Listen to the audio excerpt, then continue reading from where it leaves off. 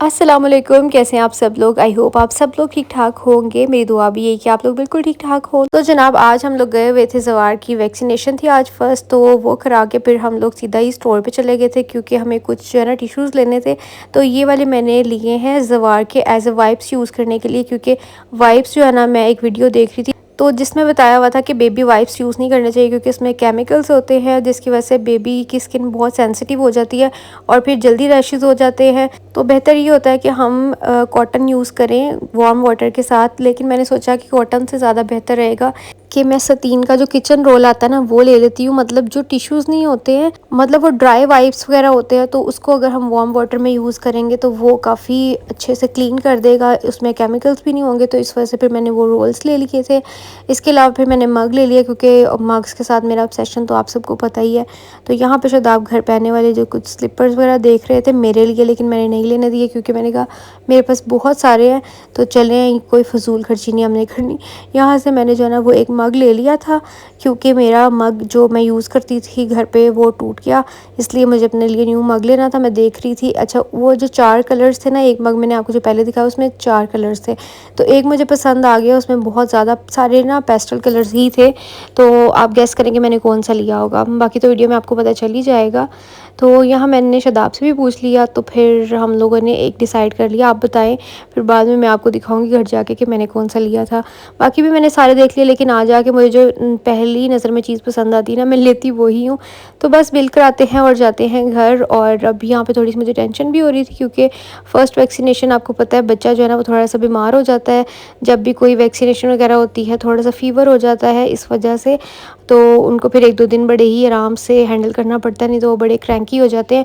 और thank you so much, last vlog में आप लोगों ने मुझे बोला कि स्टेनलेस स्टील के जो बर्तन होते हैं उनमें फीडर्स जो है ना वो वॉश किया करें। तो क्योंकि अभी मैं नई नई मामा हूँ तो मुझे बहुत सारी चीज़ों का जो है ना एक्सपीरियंस नहीं है, तो आप लोग मेरे साथ शेयर करते हैं तो उससे भी काफ़ी सारी जो है ना वो मुझे इन्फॉर्मेशन मिल जाती है, जो कि अच्छी बात है। और बाकी मैं कोशिश करती हूँ कि आप लोगों के साथ शेयर कर सकूँ, या कुछ अगर मुझे नहीं पता तो मैं पूछ भी लेती हूँ, ताकि ज़ाहिर है मुझे जो देखने वाली हैं वो एक्सपीरियंस्ड मम्मीज़ हैं तो वो सारी फिर मेरे साथ शेयर करती हैं ना, तो मुझे अच्छा लगता है। बाकी किसी ने मुझे ये भी रिकमेंड किया था कि आप जो एंटी कॉलिक आते हैं ना वो फीडर्स, तो वो लें, तो मैं इंशाल्लाह वो भी लूँगी। अब घर आके मैं बना रही थी आलू वाले पराठे क्योंकि अभी हम लोगों ने नाश्ता करना था। पहले सोचा कि जाके वैक्सीनेशन वाला काम करा लेते हैं, वापसी पे फिर स्टोर भी हो आए थे, जो चीज़ें ज़रूरी थी वो लेके आए। और बस फिर अब नाश्ता, इतनी शदीद भूख लगी थी ना, आते ही मैंने सोचा पहले नाश्ता बनाती हूँ उसके बाद फिर और कोई काम करूँगी। तो सर्दियों में ना आलू वाले और मूली वाले पराठे बहुत ही ज़्यादा मज़े के लगते हैं और हर किसी के घर में मुझे लगता है हर दूसरे तीसरे दिन यही नाश्ता होता होगा। मुझे मूली वाले पराठे इतने ज़्यादा पसंद नहीं है, मुझे आलू के पराठे ही पसंद हैं। और आप लोग बताइएगा कि आपके घर पे मूली वाले पराठे बन गए हैं या नहीं। हमारे तो मतलब इधर मेरे इन लॉज़ ने बना लिए हैं, लेकिन मैं क्योंकि वो खाती नहीं हूँ, मुझे आलू के पसंद हैं, तो इसलिए मैंने आलू के बनाए थे। तो बस नाश्ता वगैरह करेंगे फिर फ्री होके जो है ना, मैंने चाय पी थी क्योंकि नाश्ते के साथ नहीं बना सकी थी मैं। तो यहाँ मैं आप लोगों को मग दिखा रही हूँ कि मैं ये वाला लेके आई हूँ। अब मुझे बताइएगा कि किस किस ने सही गैस किया था। और साथ में मैंने ये पैम्पर्स और ये पाउडर मिल्क भी लेना था क्योंकि मदर फीड के साथ जो है ना मैं टॉप फीड भी कराती हूँ बेबी को। और आज घर पे बन रही है फ़िश क्योंकि अब सर्दी है, तो इस तरह की चीज़ें जो है ना वो बड़ी मज़े की लगती हैं। और फ़िश आजकल मार्केट में काफ़ी ज़्यादा आ गई है। मुझे बताइएगा कि आप लोगों ने बना ली हुई है या नहीं बना ली हुई है। हमने तो मसाला लगा के भी रख लिया, मतलब मैरिनेट करके रख लिया है, जब दिल करे तो बंदा बना के खा ले। तो यहाँ पे अभी फ़िश का बन रहा है सालन, तो हमने सोचा आप लोगों के साथ थोड़ी सी रेसिपी शेयर कर देते हैं कि हम लोग इस तरह से बनाते हैं। फ़िश को पहले फ्राई करके और उसके बाद यहाँ पर मसाले वगैरह जो है ना वो निकाल रही है मेरी मदर इन लॉ। इसके अंदर जो है ना वो है लाल मिर्च, हल्दी और साथ में अजवाइन। और यहाँ पर साथ में जो है ना वो प्याज हो रहा है फ्राई। अच्छा, मैं जब फ्राई करती हूँ ना तो मैं उसको थोड़ा सा सॉल्ट और वो भी लगा लेती होती हूँ, क्या, टर्मरिक, हाँ। तो उससे जो है ना वो एक फ़िश का बड़ा प्यारा सा कलर भी आ जाता है और वो प्रॉपर बंगाली स्टाइल होती है। मतलब बंगाली जो है ना वो इस तरह से बनाते हैं कि उसको हल्का सा जो है ना वो पहले पहले फ्राई करते हुए उसके ऊपर हल्दी लगा लेते हैं और थोड़ा सा नमक लगा के फिर फ्राई करते हैं। तो इन्होंने सिंपल ही फ्राई किया था। और यहाँ पर मसाला जिस तरह हम आम मसाले बनाते हैं सालन के, कि प्याज थोड़ा फ्राई करके उसके बाद हरी मिर्ची और टमाटर का पेस्ट बना के फिर इसके अंदर वही जो घर के स्पाइसेस वगैरह है वो ऐड कर देते हैं। फिर मसाला भून के जो हमने फ़िश फ्राई किया वो इसके अंदर डाल देंगे, उसको दम पे रख देंगे। तो बस इजी सी इस तरह से बनती है। आप लोग बताइए कि आप लोग कैसे बनाते हैं। और ये मसाले वाली बन रही है, एक शोरबे वाली भी बनती है, शोरबे वाली मामा बनाती हैं और वो वाइट राइस के साथ हम लोग खाते हैं, वो भी बड़ी मज़े की लगती है। तो ये है मसाले वाली। अच्छा, यहाँ पर अब इसके अंदर थोड़ा सा दही भी ऐड कर दिया, दही ऐड करके फिर इसकी करेंगे बनाई मसाले की। और उसके बाद फिर जो है ना हम बाकी का काम करते हैं। आप लोग प्रोसीजर साथ साथ देखते रहें। मैंने कहा बड़े दिन हो गए कि आप लोगों के साथ कोई रेसिपीज़ वगैरह भी शेयर नहीं की। वैसे भी सर्दियाँ आ गई तो सर्दियों की सौगात तो मैं आप लोगों के साथ शेयर कर दूँ ना, फ़िश। और इसके अलावा सर्दियों में आप लोग मुझे बताएं कि कौन सी चीज़ें जो स्पेसिफ़िक आप लोगों के घर पे बहुत ज़्यादा बनती है। हमारे घर पे इतना ज़्यादा बनता नहीं है सूप, लेकिन मुझे ना पूरी सर्दियाँ सूप की और इसके अलावा चाय कॉफ़ी की बहुत ज़्यादा क्रेविंग होती है। आप लोग बताना कि जैसे ही थोड़ा मौसम चेंज होता है तो आपको किस चीज़ की सबसे ज़्यादा क्रेविंग होती है।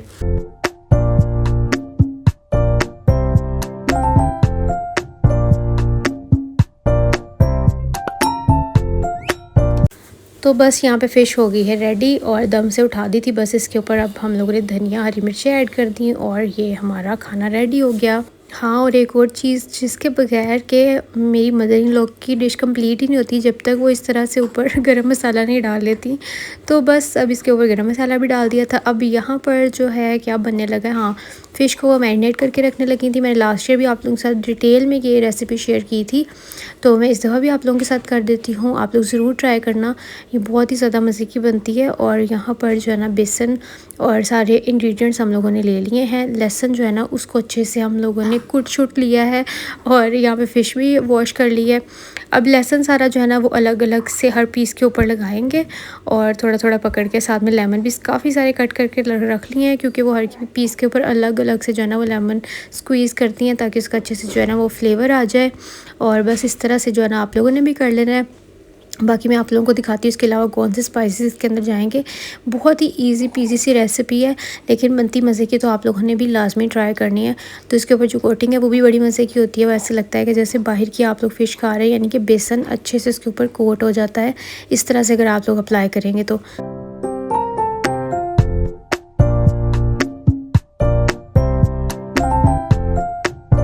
और अब इसके अंदर जाएंगे बाकी के इंग्रेडिएंट्स, जो कि है जिसमें लाल मिर्च का पाउडर है, दड़ा मिर्चें है, अजवाइन है, गरम मसाला है और साथ में हल्दी है। तो सारे स्पाइसेस जो है ना वो आपने अकॉर्डिंग टू योर टेस्ट, जिस तरह से आपके घर में टेस्ट, यानी कि अगर ज़्यादा मिर्चें आप लोग को पसंद है तो ज़्यादा ऐड कर सकते हैं, कम पसंद है तो कम ऐड कर लेना। नमक इसके अंदर इसलिए ऐड नहीं किया था क्योंकि जो फ़िश जब बाज़ार से हम लोग लेके आते हैं ना तो उसके अंदर ऑलरेडी काफ़ी ज़्यादा सॉल्ट उसने एब्जॉर्ब किया होता है। तो इस वजह से हमने इसको वॉश भी कर लेना, तब भी इसके अंदर नमक रहता है।